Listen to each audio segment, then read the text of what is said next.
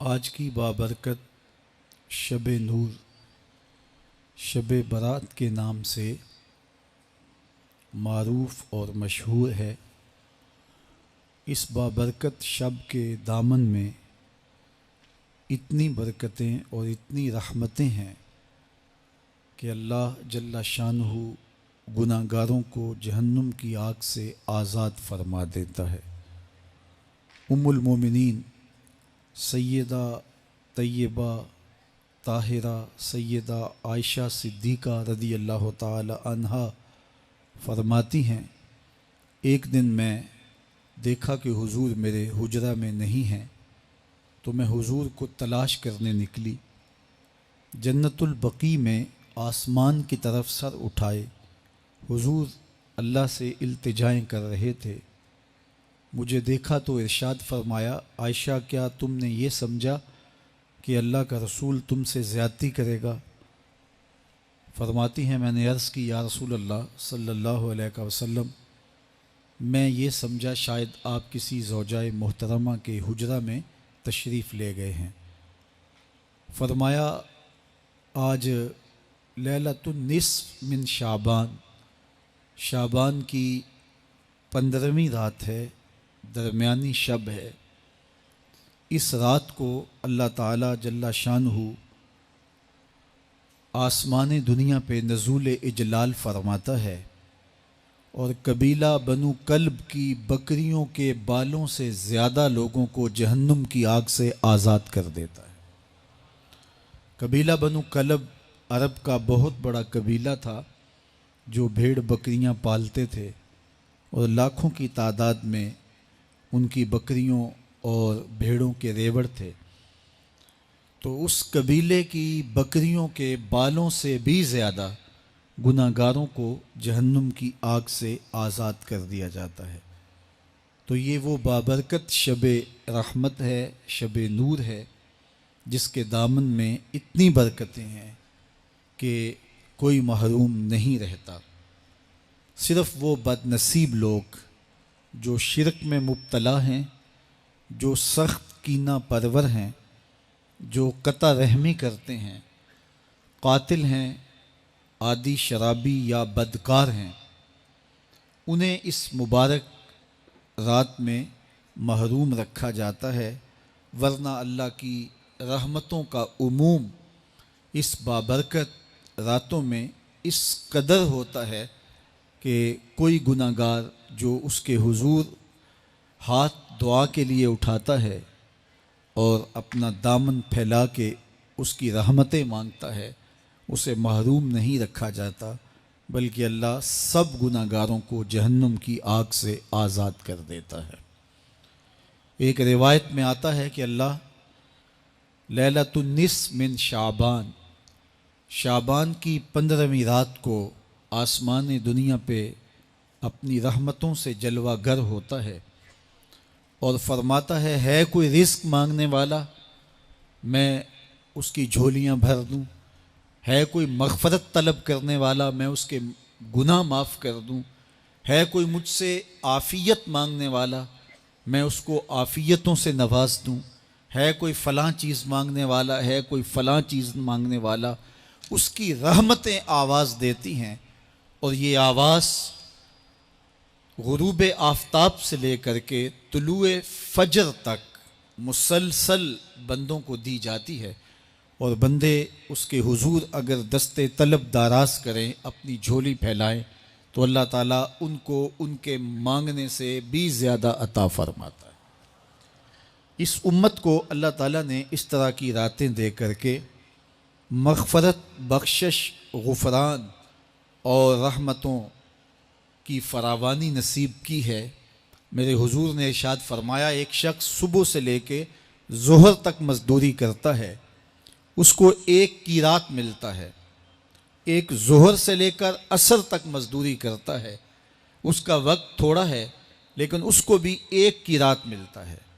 اور تیسرا شخص عصر سے لے کر مغرب تک مزدوری کرتا ہے، اس کو 2 قیراط ملتے ہیں، جبکہ اس کا وقت دونوں سے کم ہے۔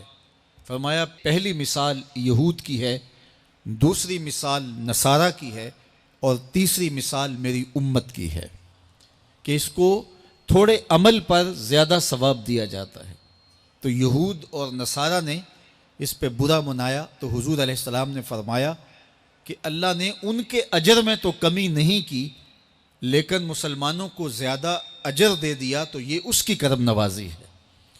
تو یہ تھوڑے وقت کی عبادتیں اور چند راتوں کی بیداری اور مخصوص اوقات میں اللہ کے حضور عبادت و ریاضت ایک گناہ گار کو کہاں سے کہاں تک پہنچا دیتی ہے، اس کے گناہوں کی معافی کا ذریعہ بھی بنتی ہے اور درجات کی بلندی کا سبب بھی۔ دیکھیے لیلۃ القدر ایک رات 1000 مہینے کی عبادتوں سے بہتر قرار پاتی ہے۔ اسی طرح دیگر مواقع ہیں کہ اللہ تعالیٰ اس امت کے لیے رکھے ہیں، رحمت رب بہانہ می طلب، اور یوں بھی پڑھا گیا رحمت رب بہانہ می طلب۔ اس کی رحمتیں قیمت نہیں مانگتی اور اس کی رحمتیں بہانہ تلاش کرتی ہیں، تو وہ اپنے بندوں کو بخشنے پہ آمادہ ہے اگر وہ اپنا دامن طلب پھیلائیں۔ قرآن مجید میں ایک مقام دیکھیے کتنا دل آویز ہے، فرمایا ما یفعل اللہ بعذابکم، اللہ تمہیں عذاب دے کے کیا کرے گا؟ اس کی یہ چاہت نہیں ہے کہ تمہیں عذاب میں مبتلا کرے، اس کی چاہت یہ ہے کہ تم اس کی چوکھٹ پہ آؤ، جھولی پھیلاؤ، اس سے خیرات و رحمت مانگو، اور وہ تمہارے ماضی کے سارے گناہ معاف کر کے، ساری غلطیاں معاف کر کے تمہیں اپنی رحمتوں سے مالا مال فرما دے۔ تو وہ بندوں کو بخشنے پہ، بندوں کی مغفرت کرنے پہ آمادہ ہے اور اس کی رحمتیں بہانے تلاش کرتی ہیں۔ اللہ اکبر۔ اور دوسری جانب اس کے بندے، اس کے مملوک، اس کی مخلوق، اور مخلوق کی گناہ گار اور نیکوکار اس کی رحمتوں کے طالب ہوتے ہیں، بلکہ وہ گناہ کرنے کے بعد جب معافی مانگتے ہیں تو اللہ کو یہ معافی بہت پسند ہے۔ معافی مانگنا، اس کے حضور اپنے دامن کو پھیلانا، وہ اس کو بہت زیادہ محبوب ہے۔ انسان کی فطرت کے اندر گناہ رکھا گیا ہے۔ آگ، ہوا، مٹی، پانی، یہ ان 4 چیزوں کا مرکب ہے۔ اس کے جو عناصر ہیں اس میں کبھی اعتدال قائم نہیں رہتا اور اس سے گناہ سرزد ہو جاتے ہیں۔ گناہ کرنے کے بعد بندے کا اس گناہ پہ اصرار کرنا، اڑ جانا، ضد کرنا، توبہ نہ کرنا اللہ کو یہ پسند نہیں، لیکن اگر اس سے گناہ سرزد ہو جائے تو پھر وہ توبہ کر لے تو اللہ کو یہ بہت زیادہ پسند ہے۔ جو اس سے ہو سکے نیکی وہ اللہ کے حضور پیش کرے، لیکن اس کے اندر جو شر رکھی گئی ہے، اس کے اندر جو قوتیں گناہ کی رکھی گئی ہیں، اس سے اگر اس سے گناہ سرزد ہو جائے تو پھر وہ اللہ سے توبہ کرے، اللہ کی طرف رجوع کرے، تو اللہ اس کی توبہ کو نہ صرف قبول کرتا ہے بلکہ اس کے گناہوں کو معاف کرتا ہے اور گناہوں کو بدل کے نیکیوں میں تبدیل کر دیتا ہے۔ جب گناہ نیکیوں میں تبدیل ہو گئے تو جتنا بڑا گناہ گار تھا اتنا بڑا نیکوکار ہو گیا۔ حضرت سیدنا عمر رضی اللہ تعالیٰ عنہ بازار میں جا رہے تھے تو ایک شرابی نے ہاتھ میں بوتل پکڑی تھی شراب کی، تو حضرت عمر ہاتھ میں درہ رکھتے تھے اور آپ کا جاہ و جلال دیدنیت ہوتا، تو جو ہی حضرت عمر رضی اللہ تعالیٰ عنہ کو اس نے دیکھا تو ڈر گیا اور دل ہی دل میں کہا اے اللہ آج عمر کے قہر سے بچا لے، میں تیری بارگاہ میں سچی توبہ کرتا ہوں، اور جلدی سے شراب کو بغل میں چھپا لیا۔ اتنے میں حضرت عمر سر پہ پہنچ گئے اور گرج کر کڑک کے کہا کہ یہ تیری بغل میں کیا ہے؟ چونکہ اس کو بوتل چھپاتے دیکھا تھا تو وہ ڈر گیا اور ڈرتے ڈرتے کہنے لگا حضرت یہ سرکہ ہے۔ اب تھی تو شراب، لیکن ڈرتے ہوئے بولا حضرت سرکہ ہے۔ تو حضرت عمر نے کہا نکال۔ جب نکالا تو شراب نہیں تھی، واقعی سرکہ بن چکا تھا۔ تو جب اللہ کے حضور کوئی توبہ کرتا ہے اللہ اس کے گناہوں کو بدل کے نیکیوں میں تبدیل کر دیتا ہے۔ حدیث پاک میں آتا ہے کہ قیامت کے دن اللہ ایک شخص کو کہے گا کہ اپنا نامہ اعمال پڑھ، تو وہ نامہ اعمال پڑھنے لگ جائے گا، تو نامہ اعمال کے اندر چھوٹے گناہ بھی ہوں گے، بڑے گناہ بھی ہوں گے، تو اللہ سے حیا کرتے ہوئے، شرم کرتے ہوئے وہ بڑے بڑے گناہوں کو چھوڑتا جائے گا اور چھوٹے چھوٹے گناہوں کو پڑھتا رہے گا۔ جب وہ سارے گناہ پڑھ چکے گا اور کتاب ختم ہوگی تو اللہ تعالیٰ اسے فرمائے گا، میرے بندے تو نے یہ جتنے گناہ پڑھے ہیں میں نے سب کو بدل کے نیکیوں میں تبدیل کر دیا۔ تو بندہ کہے گا، اللہ ابھی تو میرے بڑے بڑے گناہ رہتے ہیں جو میں نے پڑھے ہی نہیں۔ فَضَحِكَ النَّبِيُّ حَتَّى بَدَتْ أَنْيَابُهُ، حضور جب یہ بیان فرما رہے تھے تو حضور اتنا مسکرائے کہ صحابہ نے حضور کی داڑھیں دیکھ لی۔ تو پہلے وہ بڑے بڑے گناہ چھوڑے جا رہا تھا، لیکن جب اللہ فرمائے گا کہ میں تیرے گناہوں کو بدل کے نیکیوں میں تبدیل کر دیا، تو وہ کہے گا ابھی تو بڑے بڑے گناہ رہتے جو میں نے ابھی پڑھے ہی نہیں۔ تو جب کوئی بندہ اس کے حضور توبہ کرتا ہے، اللہ یہ نہیں دیکھتا اس نے گناہ کتنے کیے ہیں، یہ دیکھتا ہے بندہ آیا میری چوکھٹ پہ ہے تو اللہ اس کے پچھلے سارے گناہ معاف فرما دیتا ہے۔ اللہ اکبر۔ میرے اور آپ کے آقا و مولا نے اللہ کے حضور توبہ کرنے اور اس پر اللہ کی خوشی اور اللہ کی خوشنودی کا ذکر کرتے ہوئے ایک مثال بیان فرمائی کہ ایک شخص صحرا میں سفر کر رہا تھا تو وہ ایک درخت کے نیچے دوپہر کاٹنے کے لیے، سستانے کے لیے رک گیا اور درخت کے ساتھ اپنے اونٹ کو باندھ دیا اور خود لیٹ گیا تاکہ دوپہر کاٹ لوں۔